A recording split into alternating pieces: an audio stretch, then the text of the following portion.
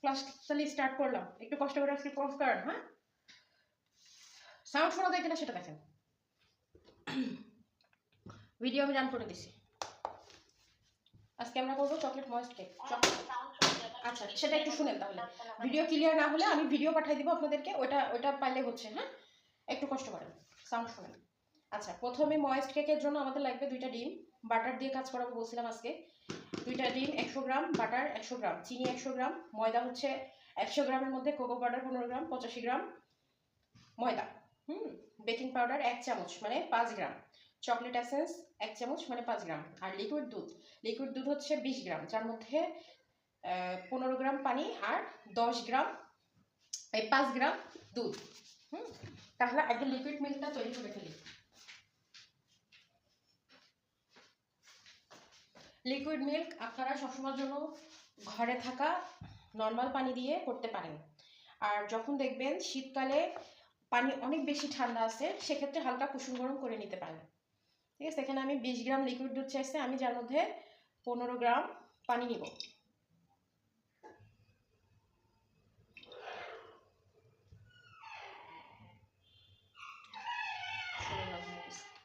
আচ্ছা দেখো 16 গ্রাম হয়ে গেছে, হ্যাঁ? পানি ঢালতে গেলে একটু বেশি এটা হয়ে যায়। 1 গ্রাম একটু এদিক ওদিক হলে কোনো সমস্যা নেই।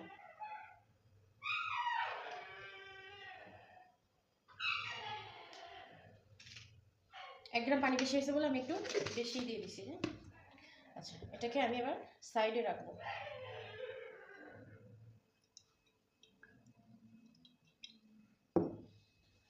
এটা কাজ শেষ। এবার বাটার নিব, স্টেপ বাই স্টেপ আমি যেভাবে নিচ্ছি সেভাবে, হ্যাঁ?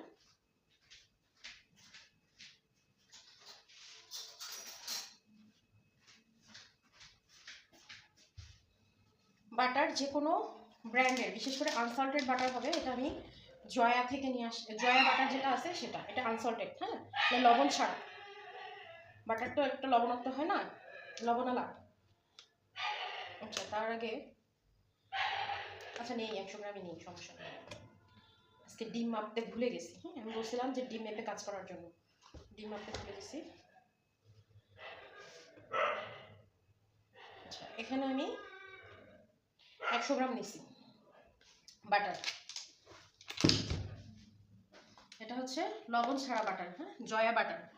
এটা 500 টাকা করে কেজি।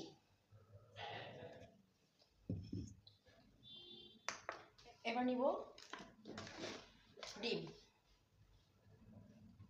ডিম দেখে নিই কতটুকু আছে।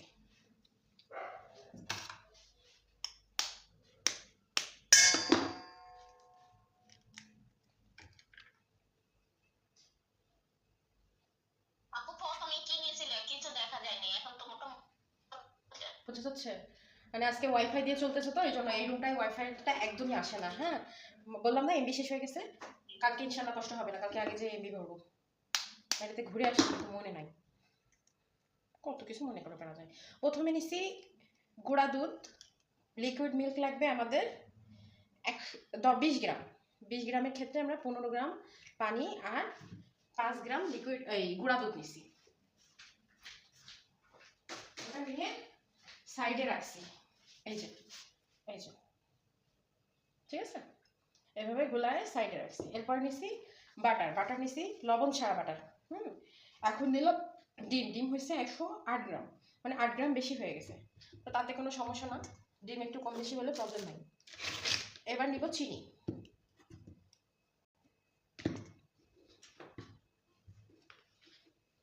চিনিও সেম যাবে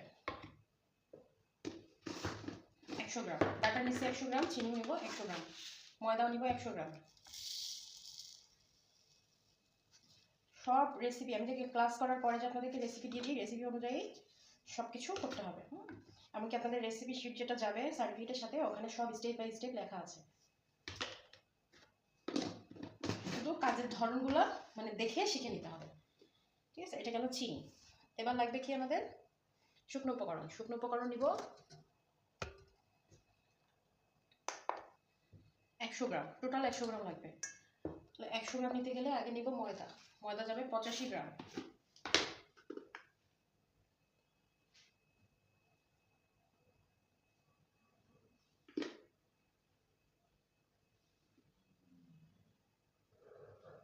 85 গ্রাম। এবার নিব কোকো পাউডার 15 গ্রাম।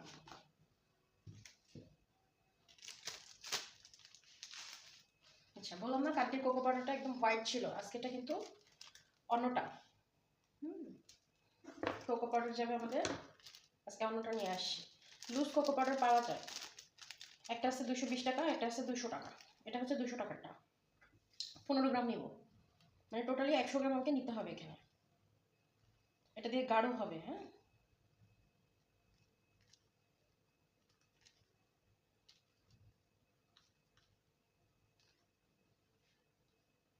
আচ্ছা 100 গ্রাম হয়ে গেছে।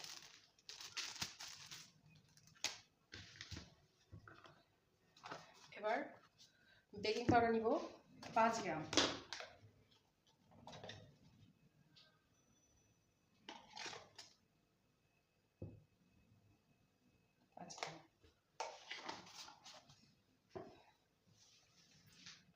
শুকনো উপকরণ সব নেওয়া হয়ে গেছে, এবার এটাকে চেলে নিব, তারপরে কাজ করার পালা।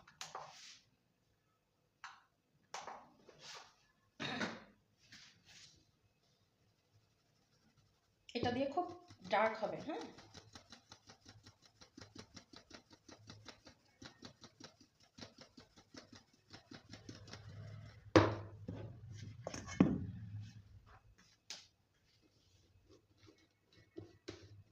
এভাবে একটু স্প্যাচুলা দিয়ে নেড়ে নেবেন, নাহলে হতে চায় না।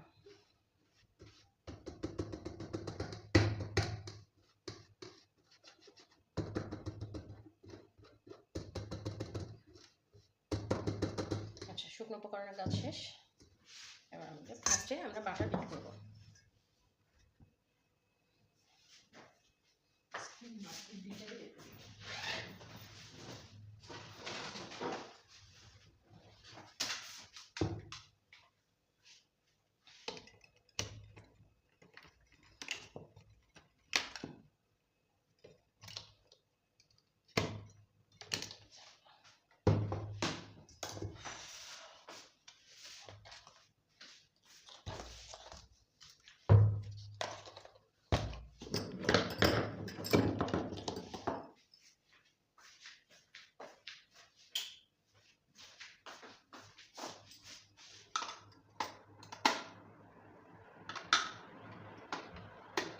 প্রথমে আমরা বাটার বিট করব, বিট করে বাটারের যে অফ হোয়াইট কালারটা আছে, এই অফ হোয়াইট কালারটা হবে সাদা, সাদা হয়ে যাবে। তারপরে চিনি একটু একটু দিয়ে বিট করব।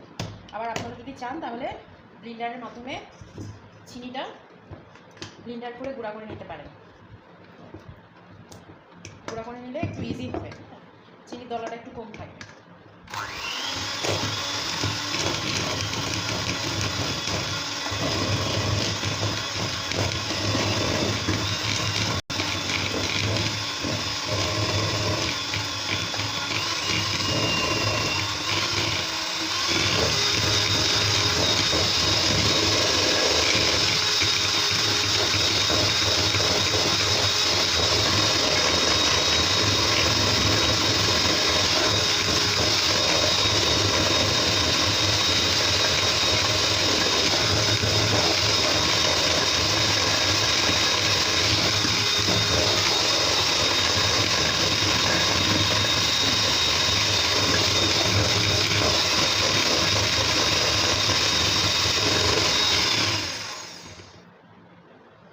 যখনই বাটার দিয়ে কাজ করবো তখন আগে বাটার বিট করে নেব।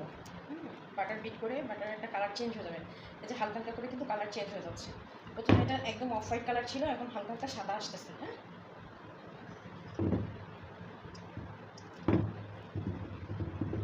বাটারটাকে একদম নরম করে নিয়ে তারপর অল্প অল্প করে চিনি দিতে হবে, তাহলে চিনিটা মিক্সড হবে ভালোভাবে, তাহলে চিনি কিন্তু মিক্সড হতে যাবে না।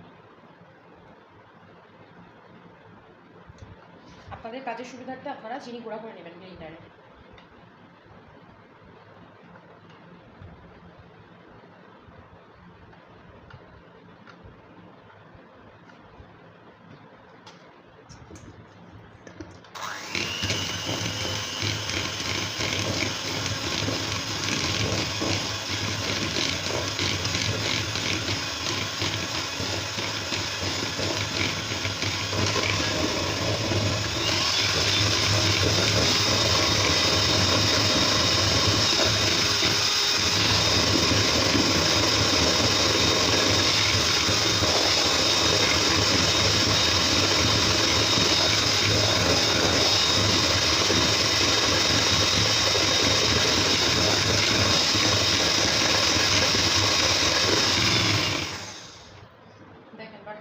অনেকটা সাদা হয়ে আসছে। এবার অল্প অল্প করে চিনি দিতে হবে। এক সাইডে চিনি দিব, এক সাইডে মিল্ক দেবো, দিয়ে এটাকে বিট করবো। শুধু চিনি যদি বিট করেন তাহলে চিনি ছিটে ছিটে আসবে, ছিটকে পড়বে।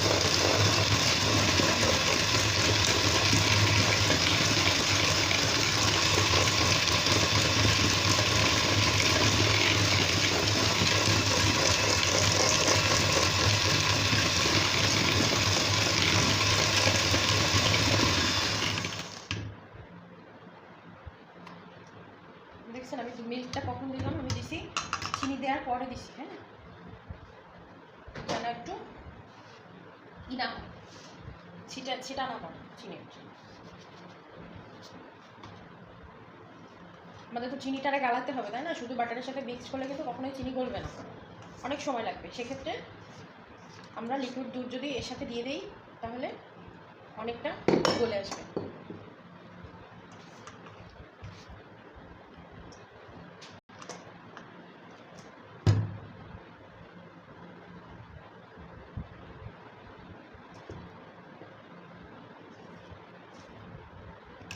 এমনি যে কিনা বাটারগুলো পাওয়া যায় না সেগুলো কিন্তু লবণ আলা হয়, হ্যাঁ, লবণ ব্রেডের সাথে খাওয়ার জন্য যেগুলো হয় ওগুলো একটু নুনতা নুনতা লাগে, কারণ ওর মধ্যে সল্ট দেওয়া থাকে তো, এজন্য নুনতা নুনতা লাগে। আর এটা আনসল্টেড বাটার, যেহেতু কেকের ক্ষেত্রে ইউজ করা হবে চিনি দেওয়া হবে, যার জন্য এটা আনসল্টেড। এটা শুধু খেয়ে দেখবেন এটাই কোনো স্বাদ নাই।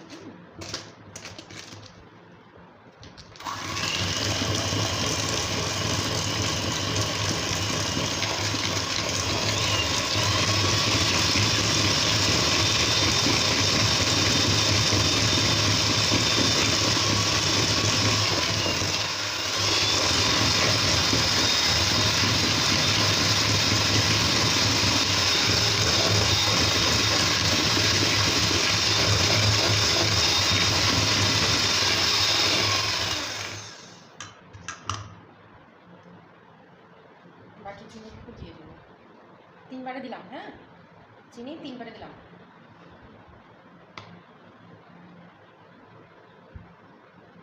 যতটুকু আছে দিয়ে দিলাম।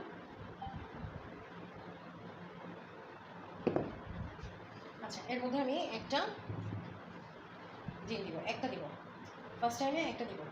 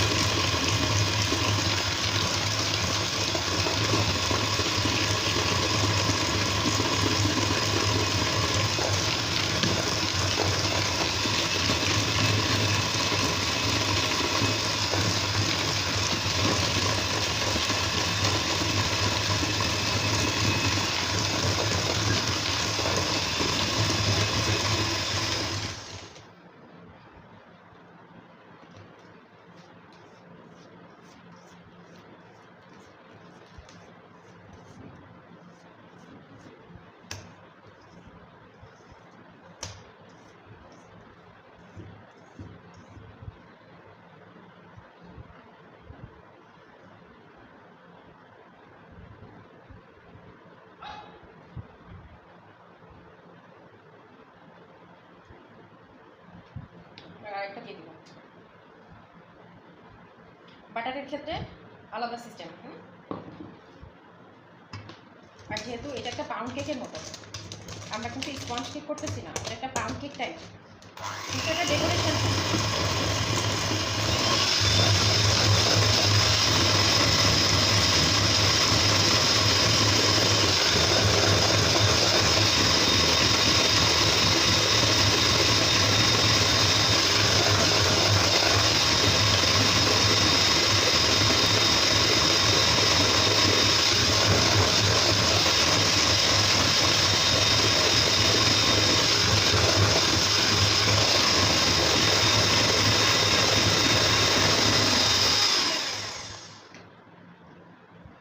প্রথমে বাটার একরকম কালার ছিল, পরে বিট করতে করতে সাদা হলো, তারপরে হচ্ছে চিনি দিতে দিতে আরেক রকম কালার আসলো, এরপর ডিম দেওয়ার পরে আরেক রকম কালার হয়ে গেল। কিন্তু এখানে কালার কোনো ফ্যাক্ট না। হ্যাঁ, মূল হচ্ছে বিট করতে করতে চিনিটা যেন গলে যায়। এই যে চিনি গলে গেছে, এবার আমরা আর একটু বিট করবো, বিট করে শুকনো উপকরণ মিক্স করে দেবো। হ্যাঁ, চিনি যদি না গলে, চিনি যদি থেকে যায়, তাহলে কিন্তু যে কেকের মধ্যে একটা থাকে না, মানে ফোটা ফোটা টাইপের ভাব থাকে, সেরকম হয়ে যায় যদি চিনি না গলে। আচ্ছা, এক চামচ মতো আমাদেরকে চকলেট ইমালশন দিতে হবে।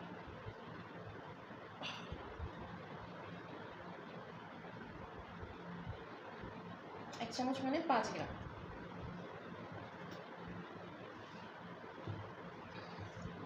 দিয়ে আরেকটু বিট করবো, তারপরে